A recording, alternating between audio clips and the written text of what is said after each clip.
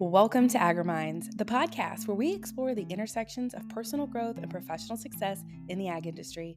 I'm Kacee, your host. Thank you for joining me as we dive in to the different strategies and insights that will help you level up your life and career. From mental health to leadership development, we're going to cover it all. So sit back and get ready to grow with AGRIMINDS. Well, welcome back to the AGRIMINDS Podcast. I know I've said a couple of episodes ago that I wasn't going to do any guests on the podcast, but you know what? That's the best part about being the owner, being the boss. You are in charge. You can change your mind. And the other day I was having a conversation with someone, and I think both of us were just like, wait, this is too good not to be on the podcast.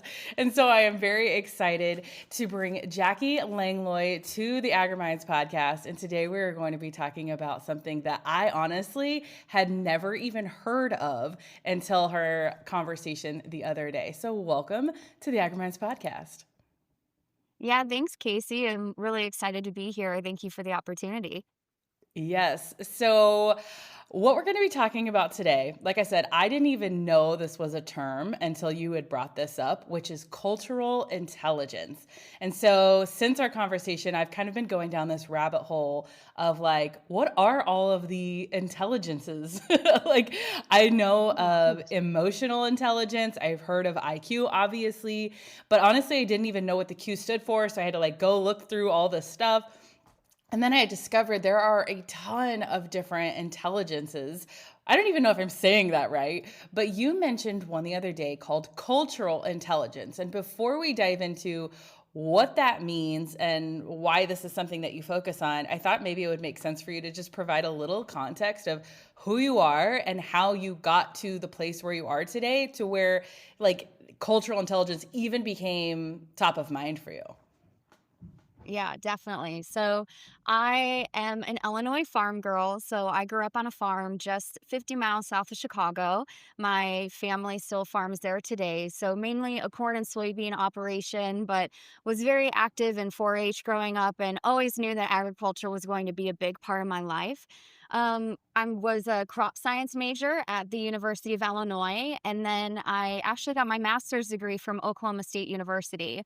And everybody always asks me, how did an Illinois farm girl end up in Oklahoma? And I always knew that there was more to agriculture than just corn being king. And I really wanted to learn more about other crops and their production methods. And so that's what led me to Oklahoma. And at that point in time, I was actually able to do 2 study abroad trips. It was my first time out of the country. And so it was a really big opportunity for me because, a lot of times growing up, our vacations were spent at county fairs and wouldn't trade that for anything, but it was just this huge opportunity to see this big new world of production agriculture from a global scale. And so my first study abroad trip was to China. My second study abroad trip was to Italy. And there, I really started to get more involved with the exchange programs that were there at Oklahoma State, and just have a bigger understanding of these students that were so different, so unique. And that's really where cultural intelligence kind of started for me before I even really knew what it was. So by having those experiences and being exposed to those people and living in those different cultures for short amount of time, it was a really just aha moment for me where I knew that I always, at some point in time, I would want to live and work overseas. So in my professional career, starting out, this was something that I always wanted to do. And I started as an agronomist and then worked my way up through sales and marketing. And then I had the opportunity to actually move overseas and move to France. And that's when you're living it and breathing it day in, day out, that's when you're really learning hard and fast about cultural intelligence. And it's become a passion of mine. I mean, I'm no means the expert on this, but it's just something that I always try to keep in mind and really enjoy sharing with other people as well. This is so fascinating. And we are going to be diving into all the things here.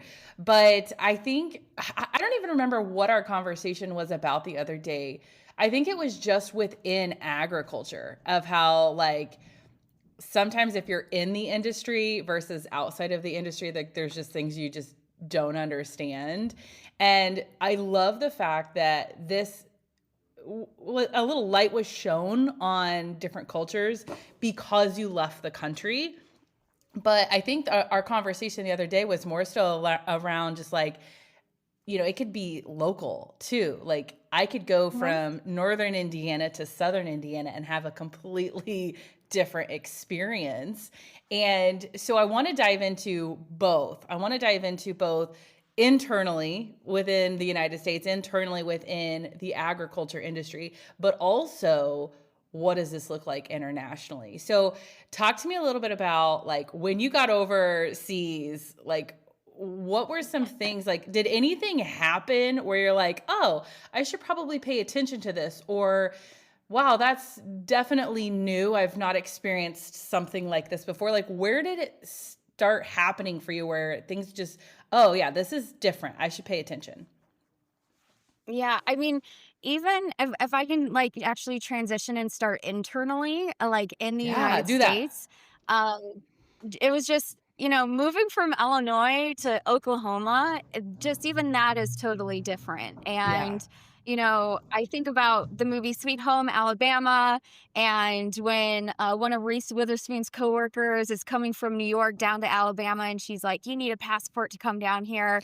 Like, people joke about that, but it's just so different and it takes people out of their comfort zones. Like, there's nothing wrong with that at all, but that's like what makes it so amazing too. And so for me, I grew up south of Chicago. I know I talk really fast. I know I, have more of a nasally voice as well, just from where I grew up. And so moving to Oklahoma, where people talk, slower, have the southern drawl and everything, that was definitely different just from people being able to understand me. So I had to be aware of even my diction and my pace just while speaking. But it's also just nuances about, metaphors or slang that people would say that, or even I would say that you just have no idea what the other person's talking about. And you're like, what? So Mhm. it was a really great opportunity. I remember one time when I was a grad student, we were done for the day and I was ready to go home and I was kind of in a hurry to get out of there. And I remember my farm manager was like, "What's the rush? Why don't you stay and hang out and get to know us?" And just to be straight cold out like that, I was like, wow, okay. And so probably a bit of hesitation, but hung around. And I mean, that's really where relationships are built. So taking the time to understand like where they were from, how they grew up, everything like that, that was a really huge opportunity for me. And just to build better connections and better relationships with the people that I worked with every day and at the university. So the other side of that, so moving overseas, I mean, going from grad school and then moving overseas, there was a several year gap between that. And I had traveled internationally, but it's all for vacations. And one thing like vacation is much different than immigration. And I don't think people realize that. And I think they romanticize moving to another country, but they don't fully understand what that means and not having access to creature comforts that you might be used to. So we can get into that a little bit as well. But moving to France, I mean, I had the luxury of also having the support of my employer at the time, which worked a lot with people to help get me set up and established in the country. But there were a lot of nuances there. Again, the hustle culture that we know know, as Americans, it was very different in France. And I'll give you an example. When I first moved, I was there a couple weeks, and some of my coworkers are like, "Oh, all go to lunch. I made reservations. We want to welcome you." And I'm like, "Okay." And it was a nice mix of like Americans and French people, and we had different people working in the office as well.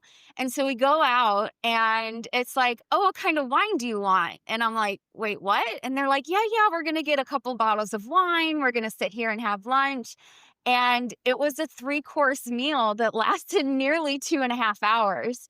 And for me, I was sitting there and I was like so torn, because while I was so appreciative that my coworkers were doing this for me, I had this crippling anxiety and guilt for not being in the office, and for not working and not like physically being at my computer and immediately responding to emails.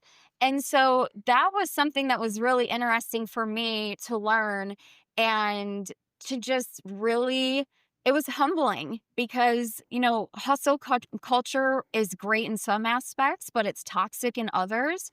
And it was a humbling experience for me that I needed to calm down, and I needed to live in the moment and not just constantly think of what's next.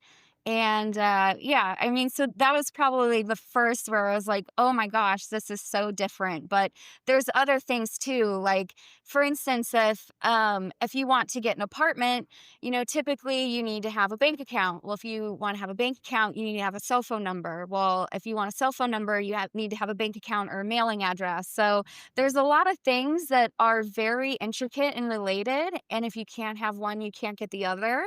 But it's kind of like, well, how do I get that if I don't have this? So you need to learn really quick how to build relationships and connections, and to not be afraid to ask for help. Wow. Okay, there's so many directions I want to take this. Okay, first of all, okay, so I want to just back up 2 steps here, because I did mention IQ, EQ, and now we're talking about CQ, which is cultural intelligence. So I honestly just had heard of emotional intelligence a couple of years ago. I don't know if I was living under a rock or what, but so when we hear the term IQ, and again, I had to go Google this, so I'm hoping that nobody else feels dumb, because I for sure did. But IQ stands for intelligence quotient. I'm assuming that's how you say the word. And then we've got emotional intelligence. And then some of the other top ones are physical, spiritual, social. And today we're talking about cultural intelligence. Can you shine a little bit of light of like, what does that mean? Like, is there a solid definition that you could share around like, what is cultural intelligence?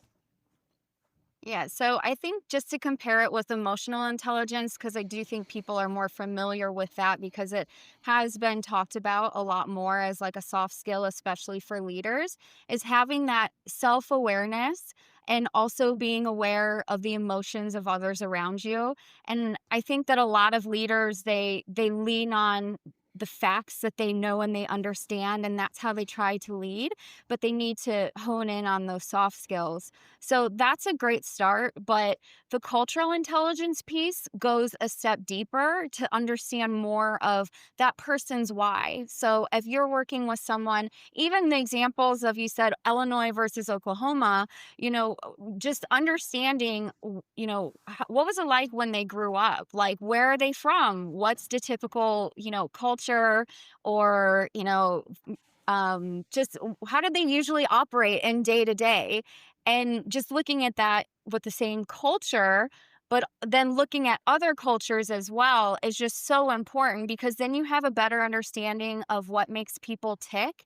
And like I said, tying it back to their why, because you can sit there and you can preach all you want about this vision or this strategy, but if it doesn't tie back to people's why and get them really excited and on board of how this is going to benefit them, or how they can be a part of it and add their value and their 2 cents to it, people aren't going to care. So I think it's a little bit of give and take in a relationship, and having that understanding of, like I said, why do people do what they do? Where do they come from? What impacted them when growing up? there's a lot of historical things that have happened in Europe, and that has impacted a lot of people in the way that they work. So, for instance, big one being World War II. I worked with several people that, World War II impacted their parents, which in turn impacted how they grew up and how they interacted with people. And I was working, this was when I was based in the Netherlands, so we're hopping countries now. But I was working with one of my Hungarian colleagues, and we were working on a project together, and we were getting some pushback. And I went ahead and I challenged back as well. And she was actually really shocked. And she just said, growing up, that would have never have happened. She would have, and even now, she would have never have thought to push back. She just wouldn't have dared to do that. And, I'm like, why? We're in a safe working environment. And she was like, well, that was just the way that she was raised based on history that had happened and impacted her life, even though it happened, 80 years ago. So it's really having that cultural intelligence and being able to explore and, have those conversations, I think it's really critical, especially as we become so much more connected, especially, just like with digital. I'm in Europe talking to you right now, and digital is bringing us together. Yeah, this is so good. And, that's the thing. It's like, I think most people who have worked for a corporate company or, have a higher education, they understand this more, or they've been exposed to this kind of terminology. But I think for and this, I hope this doesn't come across wrong, but I think like the average person in agriculture, when I'm thinking of farmers or ranchers, not saying that they don't have education or experience, but I think most of us, like we have grown up right there, like where our dads and our grandpas were, and we just have this bubble. And so sometimes whether we, go and do something about it, most of the time we don't have this exposure. We don't know what we don't know. And so that's why I wanted to bring this conversation to the AGRIMINDS podcast, because it's all of the episodes have always just been around like awareness, right? And that's what we're going to be talking about at the summit. That's what we're going to be talking about inside of AGRIMINDS Live. It's like, it's all about awareness of like, maybe you know this stuff, but maybe you don't. I mean, for me, there's a lot of this stuff I had never even thought about until just a couple of years ago when I actively pursued finding this kind of stuff out on my own. But before that, it's like nobody told me I needed to know this stuff, right? Like I have a 4-year degree, I have a bachelor's degree. Like I don't remember anywhere in that education where it talked about this. And maybe I just wasn't paying attention, or maybe they did go over it and it was one of those things that I didn't know I needed to pay attention to at the time. Right. And you're right. Right now, the digital age is upon us, and we're exposed to so much more information. We're exposed to so much more that's going on outside of our small little community and our bubble. Thank you to social media and TikTok and all the things. Mm-hmm. Right. And we see something new and different and we don't know how to interpret it. It could be like, wow, why are they doing something so strange? That's so different than what I'm used to seeing, when actually that's perfectly normal for them, right? Like for me, I grew up on a farm. My family was very prompt. Like if we said we were having lunch at noon, your butt better be in the chair like 3 minutes before noon, right? Like we're not waiting around, right? Like if grandpa said it's time for a lunch break, you're going and you're eating and you're prompt about it, right? And so when you were talking about like sitting down and having a glass of wine for lunch and it taking 2 hours, like that is totally my in-laws. They're Italian. And so they just, not that they don't know what a clock is, it's just they don't mind it as much as we do.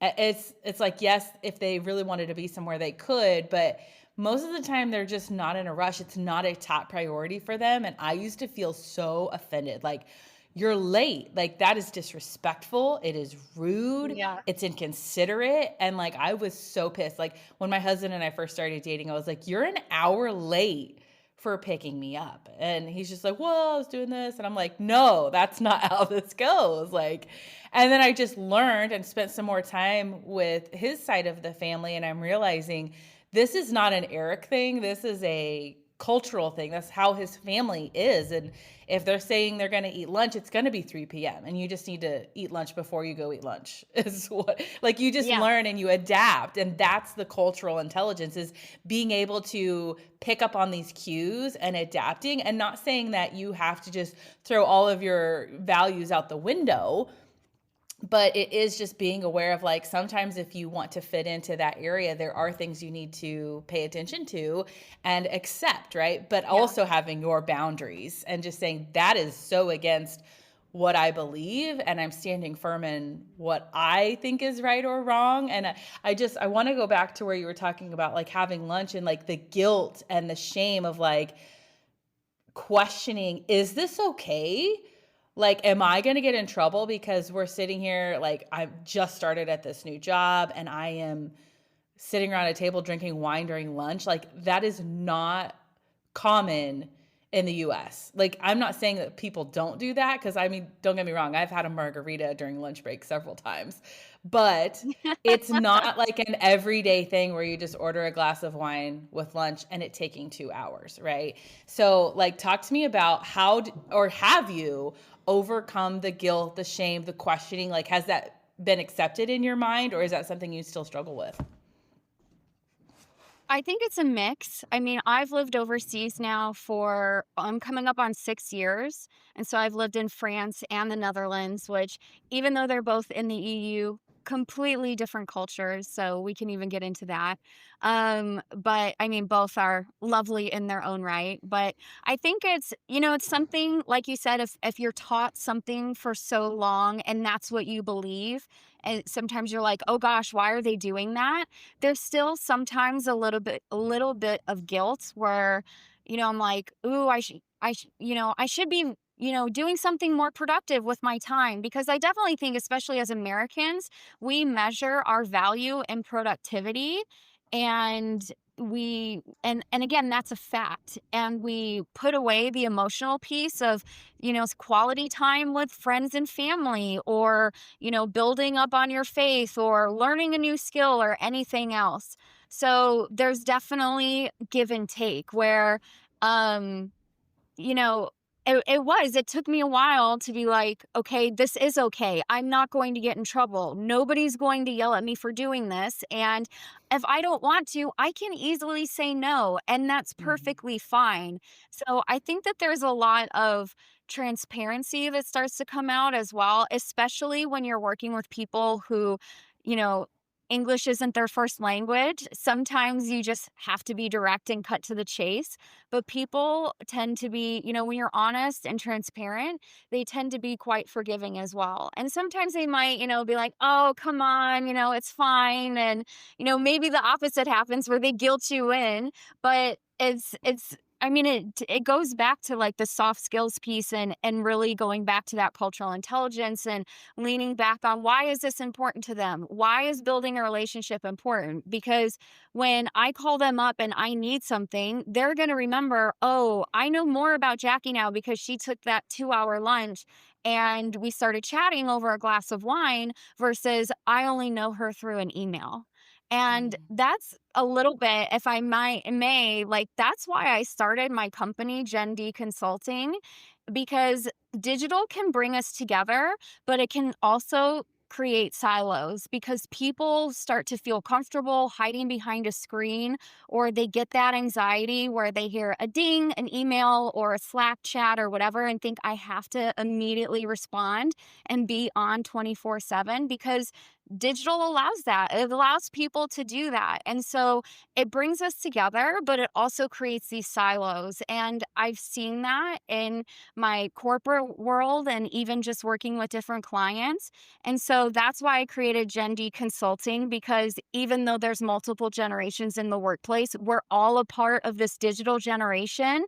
And I really want to bring the human element back into interactions. So, what happens if you take that 2-hour lunch and you start to build a relationship? What can come out of that? What can you learn from your colleague that will enhance your life, or again, the relationship there? So it's been a really great journey to take everything that I've learned just throughout my life and my corporate to career, and really take that passion and put it into my work every day.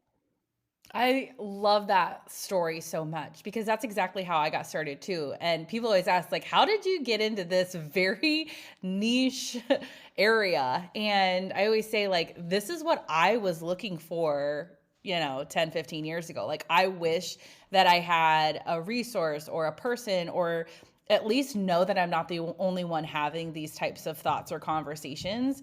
And so I just took what I was looking for and just created it. And now hopefully I can help other people through these same things. And so it sounds like that's something you have gone through as well. And I'm super curious because I've had to learn the hard way of, like, I had to experience burnout. I had to experience, setting boundaries or getting walked on. I had to experience embarrassment of, oh, I shouldn't have done that. I should be aware of X, Y, and Z. Like, I had to go through this stuff to fully understand this stuff. And so I'm just curious, like, when it comes to cultural intelligence, are there times that maybe you misread the room that provided awareness to you that you're like, okay, that's something that I need to make sure that I talk about more because I experienced that and I want to, like, set the next person up for success? Is there any story or experience that you've gone through where you're like, I misread the room, or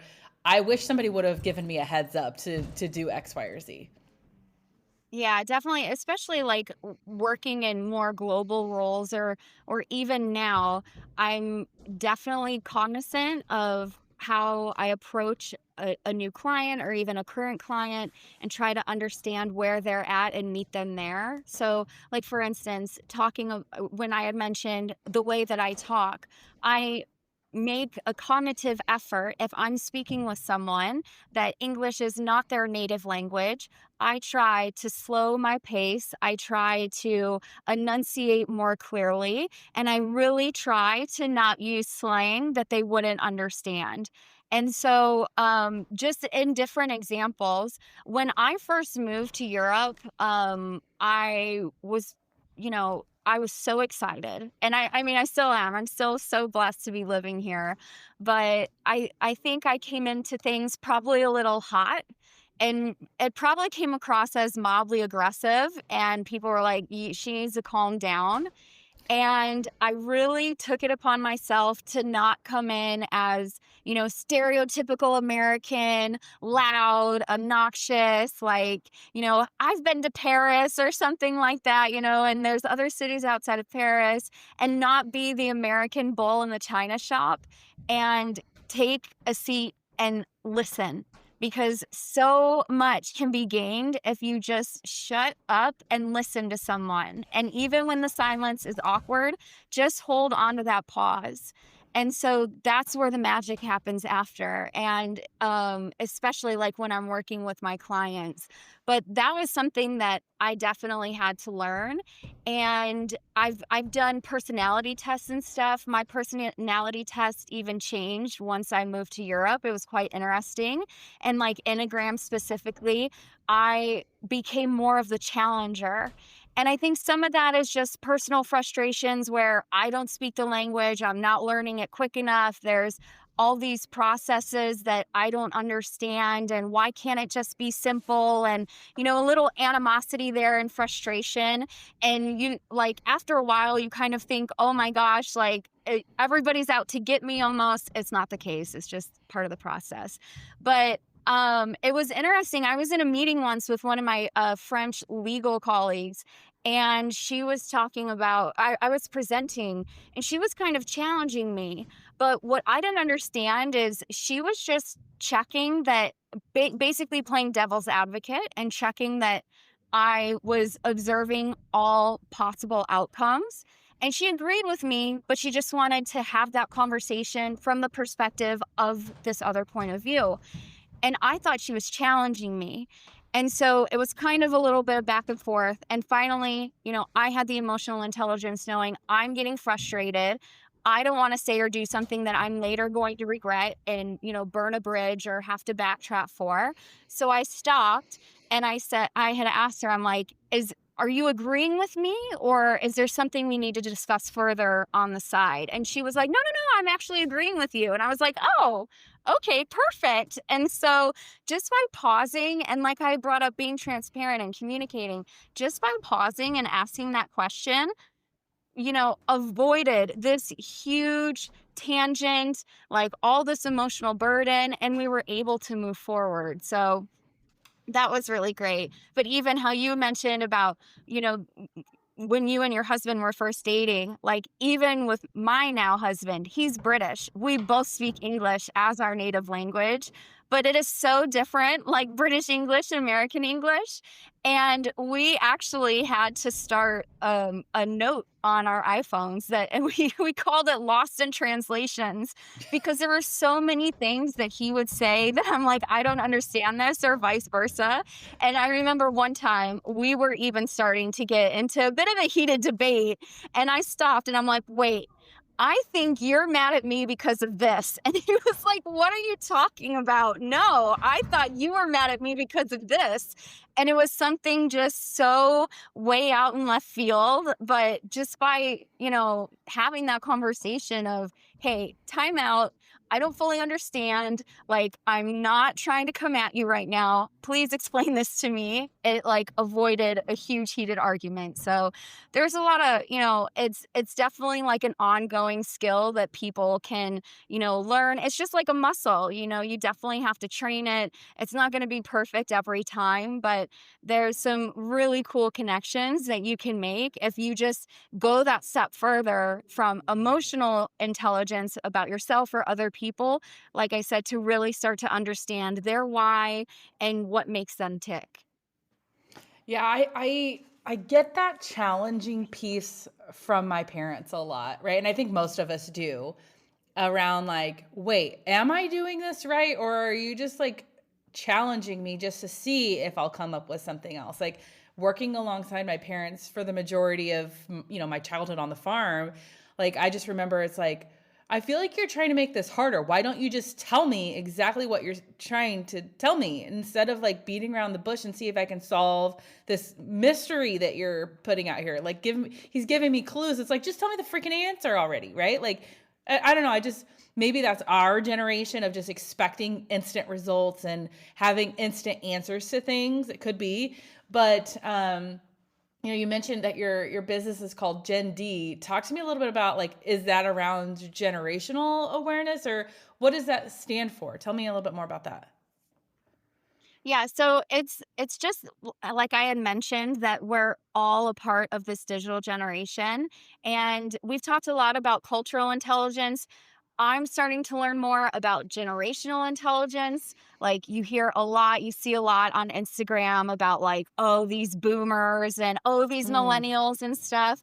And it's kind of like building up this animosity against all these people. And it's kind of lighthearted, but I mean, you see so much of it. You start to develop that subconsciously of these just, microaggressions, and you might not have noticed it or even acted on it before. So I'm trying to work with clients more of just building all around awareness and in that leadership and development space. And it is more than just knowing hard facts and figures about any function in an operation, even within agriculture and like farming operations, that there is that emotional component when you're dealing with people. But that is what makes the work so valuable and so beneficial. And like that's like the spice of life, we're all different, and bringing that in is really what makes life worth living, and having those different experiences. So when I'm working with clients, like again, we're all working in this digital generation. So that's why I like to say that we're all a part of that digital generation, but it's helping get people through blocks that they might have, whether it's these perceptions that they have, again, microaggressions that they might be dealing with, or imposter syndrome, dealing with that shift in perception from I can't to I can, making the impossible possible. I really enjoy building that out with clients.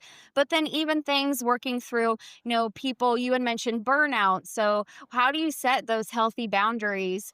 And no is a complete sentence.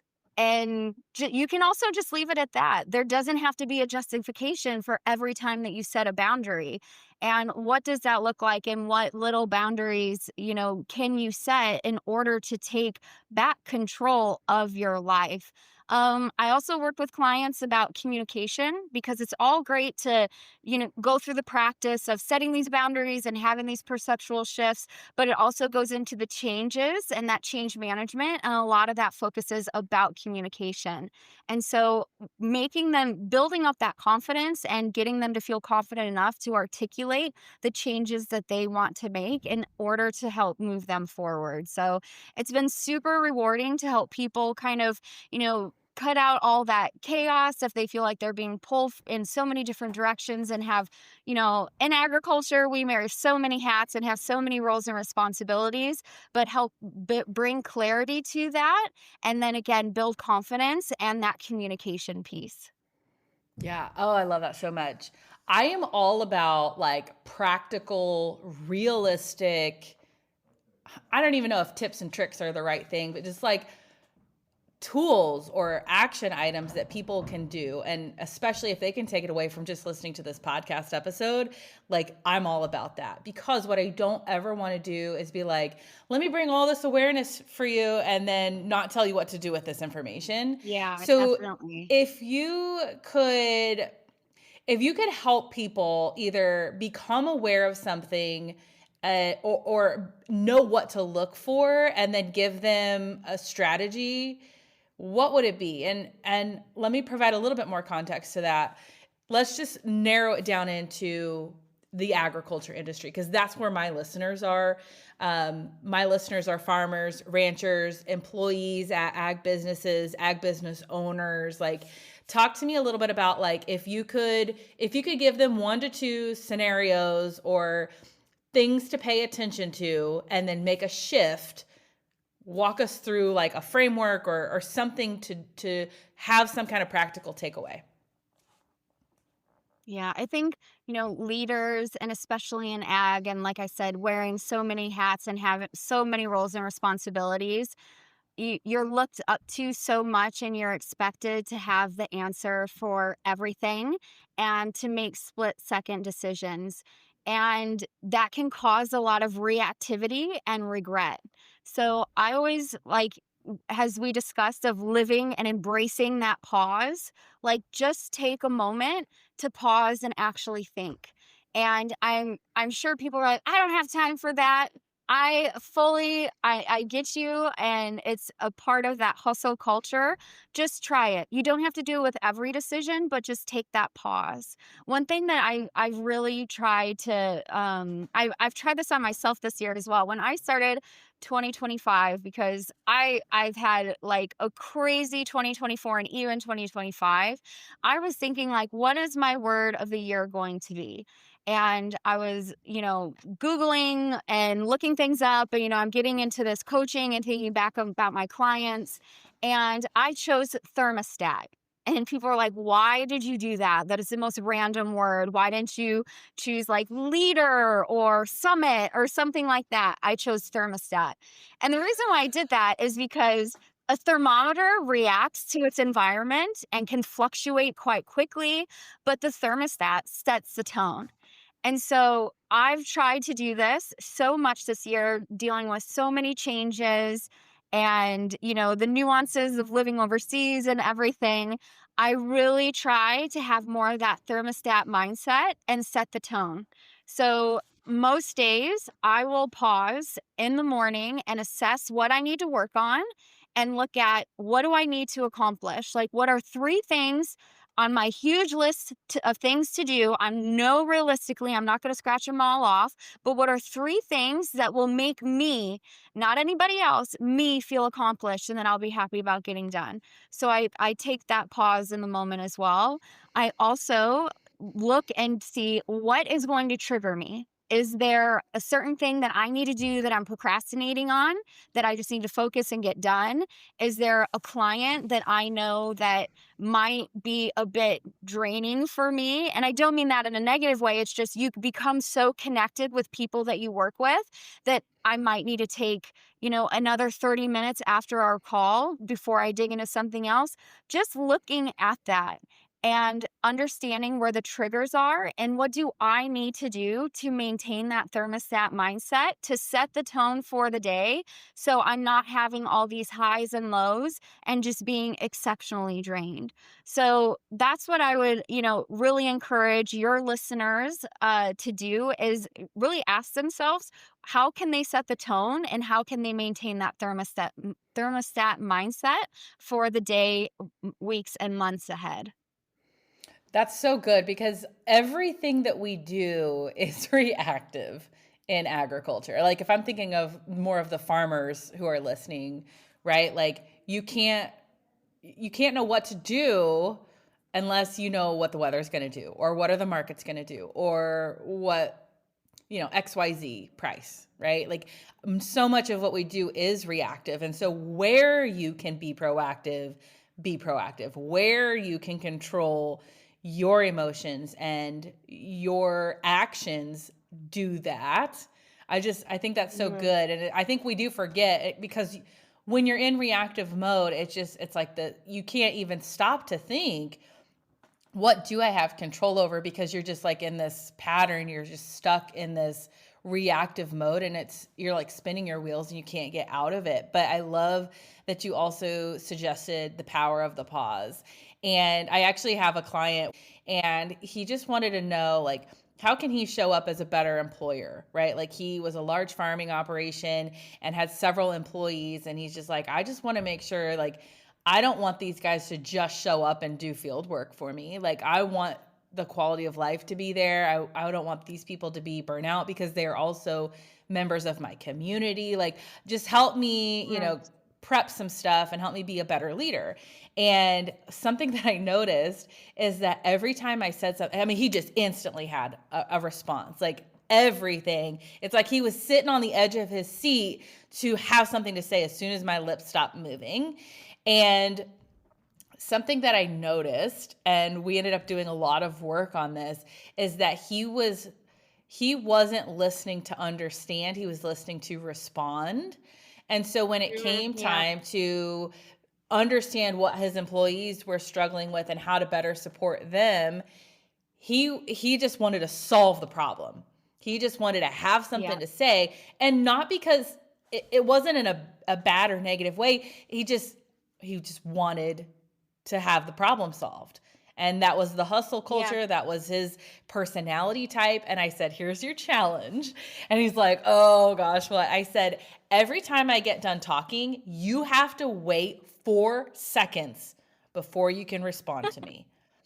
Oh my gosh. He sat there after I stopped talking. He's like, like he was trying so hard not to say something. And I was like, you don't need to fill the space counting to 4. I want you to take that pausing opportunity, and it may not actually be 4 seconds. Give yourself whatever time you need to think of the right thing to say next. Not for you, but for the person you're having the conversation with. Because communication is 80% of what that other person needs to hear and 20% of what you need to say, which is so hard to believe and understand. But John Maxwell talks about it really good in the Everybody Communicates, Few Connect book. And he talks about, like, communication's not about you. Communication is about what that other person is receiving from your words and from your actions. And when you understand that, it's like mind blowing. I love that you said, like, it's not about you, it's about them. And I think that people really struggle with that, or even leaders. And I mean, don't get me wrong, people genuinely tend to want to help people. And I think that's why they jump to solutions. Or, like I said, when you're dealing with a client and they've got all this going on and they need help cutting through the clarity, like I'm not going through it. I could easily be like, well, why don't you just do this? Like, duh, it's so obvious, but I'm not living that. And I know the flip side has been, happening to me where there's just so much going on with, work and visas and travel and everything else. And you're like, oh my gosh, where's the adult in the room? Can they just tell me what to do? Tell me what to Most do. of the time, people know. Most of the time, people, they have it within themselves, but they just need someone to listen. And so a lot of times, like I'll even do this with friends and family. Like I'll say, do you want solutions or do you just want me to listen? And sometimes they don't know or they're afraid to tell you. And at that point, I'm going to take the hint and I'm just going to listen. And I'm just going to, sometimes people just want to vent. And a lot of times, after that pause, you find out what's really going on. So that's so valuable that you would coach this person on that of just, wait 4 seconds, just, take a breather, digest what you heard, and then move forward or have a better understanding. So yeah, that's so amazing. Yeah, and we talk about the working genius quite a bit on this podcast too. And I've used that same example where my husband will come in, he's got the genius of invention. And so he'll come in with all of these amazing ideas. He's like, we could do this. What do you think about this? And I'm like, hold on. And my discernment will want to take over because discernment is one of my geniuses and wonder is my other. And so, of course, my natural instinct is to evaluate and see the workability of something. And so when he comes in with all these ideas, I'm like, do you want my opinion? Do you want me to take this and assess it and like see if it'll work? Or are you just brainstorming right now and you just want me to play along? And Yeah. most of the time he's like, I'm just having fun thinking about it. I don't think we'll actually move forward with it, but wouldn't that be really cool? And I'm always like, that would be really cool. But obviously like that's not gonna happen. We're not doing that. But I think Yeah. it's that intelligence and that awareness. And I've used the word awareness so often, but I think there were so many times where I think intelligence might have been a better word because it is the ability to not just be aware, but know what to do in that situation of like, do I respond? Do I react? Do I shift who I am? Do I let this person kind of lead the way? And it's just all about, yes, awareness, but also the intelligence of what do I do with this? How do I show up now that I have this awareness? Do I need to make any changes personally? So I love that so much.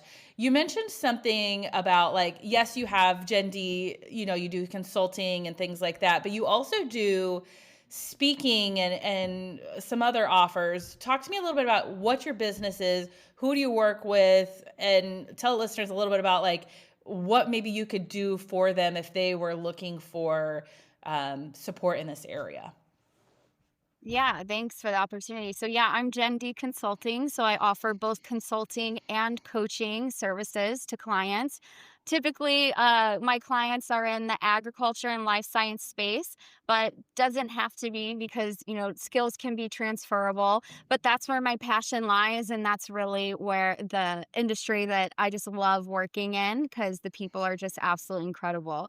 So I offer consulting services from a marketing and sustainability standpoint. So, really more from the technical side. But with coaching, I offer group coaching. I do individual one on one coaching with clients where we can really dig a lot deeper and get more personal. But I also offer keynote speaking. And so I talked a little bit about the leadership thermostat.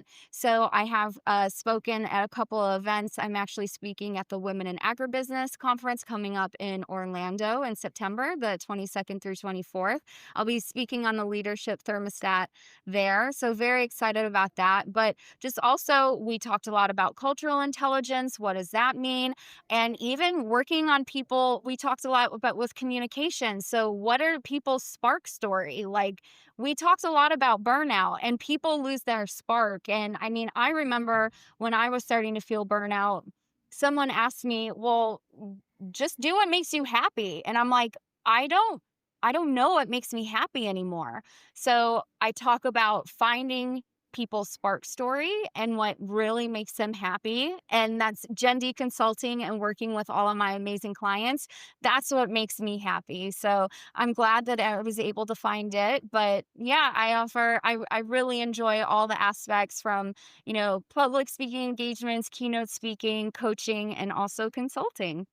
And I'm Oh, this global is so too, good. so Yeah. I'm definitely up, enhancing that cultural intelligence piece and working with clients all over the world. I think that is so fascinating. And I know so many farming operations and even businesses within agriculture, corporate businesses, they are sending people across the, country and across the world to go see how do they do it in this office? What's farming look like there, right? Like I have my cousin-in-law. I don't know if that's an actual term or not. My husband's cousin, he is based out of St. Louis and all the time is getting sent to Germany to go, work with those offices so that way they can kind of exchange information of like how do we do it better over here, how do we do it better over there, how do we market differently, things. And we were just at the Farm Progress show a couple of weeks ago, and the amount of Oh, groups that yeah. were from other countries that were coming and learning about equipment and technology and farming practices here that they can then take back to where they're from. I mean, it's so crazy to think how easy it is to gather information and also how slow it is to change at the same time. Like, farming practices Yeah. haven't changed on some farms in decades, but the amount of information at your fingertips, and it's really cool to see that you're out there bridging the gap, and not just for farmers, but anybody. I mean, you're working, like you said, globally with all types of people. It comes down to the human behind it. And your work is so important and it's so impactful. And so I just want to commend you for doing what you're doing, because I know it was probably scary getting started and finding your footing, and you're doing it. And I'm super, super proud of you.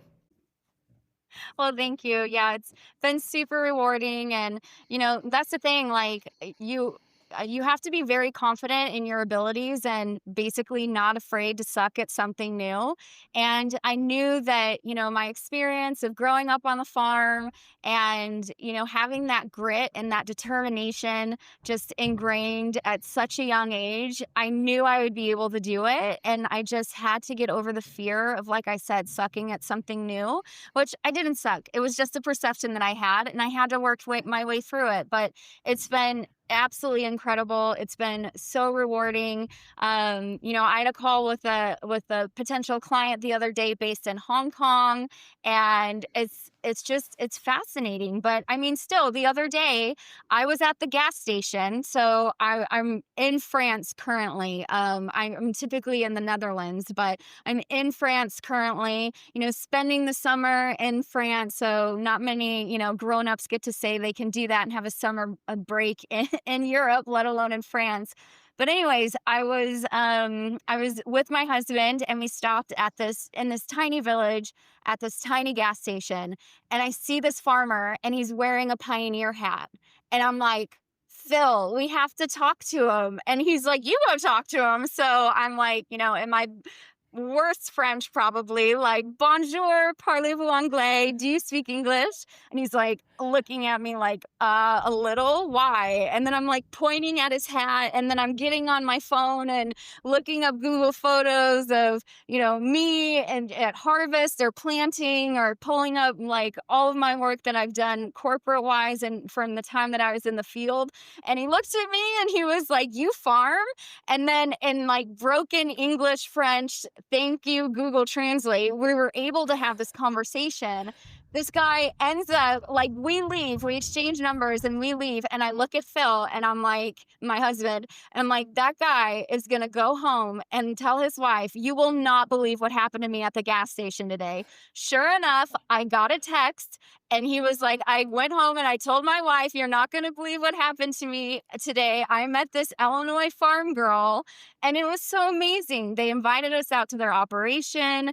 Like, we got to learn all about their farming practices. He farms with multiple growers, so we got to meet them. My parents came for Christmas last year, so we spent it in France. They hosted us. Like, these people don't really know us at all. They invite me, my husband, and my parents in, who do not speak French at all. It was so cute. They actually tried to learn a little before they came over, and they hosted this huge multi-hour dinner, multi-course, everything's homemade.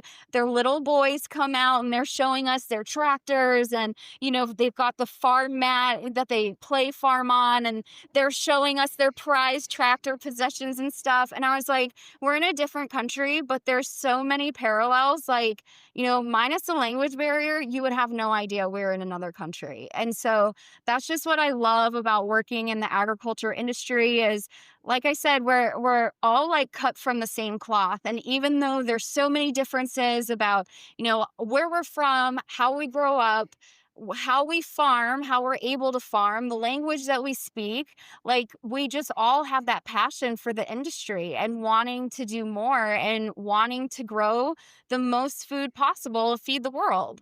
So it's been super rewarding. What a story. See, that is so cool. And I think that, we think that there are these huge walls and these huge barriers. And this is one of the things that just gets under my skin as I'll get on, primarily I see it on LinkedIn, but you've got to advocate, or advocate is the buzzword. And people outside of our industry don't get it. People outside of our industry are clueless. And something I just always want to slap back and say is like, you're clueless about anything outside of the industry though, too. Like, I'm so guilty of that. But it's like, y'all, like, it's not just a us versus them, it's a them versus us sometimes too. And it's like, what are you doing to better understand where they're coming from? What are you doing to understand their perception or their culture, right? Because like the biggest scenario would be, people who live in an urban area, like they're trying to start like a small farm or something, and they're like, well, they don't really know what they're doing. That's not real farming. Like, and it's just like, they're trying. What are you doing? And I mean, I don't know. That's one of those really fine lines of like, I don't know. Are we doing as much as we can to understand them? Or is it all about trying to get them to understand us? And we talked about that just a minute ago around like in communication in general, in culture in general, like it's more about understanding them than it is them trying to understand us. Not that it's not important, but at the end of the day, like it is. I don't know. I'm going on a tangent here, but I just think it's the awareness piece is big here. And I think if you are at least trying to understand the other person more than trying to prove your point or your perspective, you're going to build stronger connections. You're going to have a better time having a stronger relationship versus like this, you said, like animosity around like, I'm just trying to prove this point. I want them to understand me. It's like, okay, but what are you doing to try to understand them too? So this is a fabulous conversation. And I think you and I could go for hours on this, but I just want to thank you for shining a light on this piece that I've not been able to touch on the AGRIMINDS podcast, but I think it's super, super important. If someone wants to follow along with what you're doing, connect with you, to work with you, find you at an event, where can they find you and learn more? Yeah, definitely. And thank you for the opportunity. This has been great. And I agree. I think we could just chat and chat and chat for hours. But if people want to find me and learn more and work with me, my website is gendconsulting.com. So GEND consulting.com. You can also follow me on Twitter, now known as X. I also have an Instagram page, or you can look me up on LinkedIn, Jacki Langlois. Well, thank you so much for joining us today. And like I said, just sharing your story and a little bit about cultural intelligence, and for taking some time to just walk us through some of the experiences that you've had personally to help you be more aware and bridge that gap.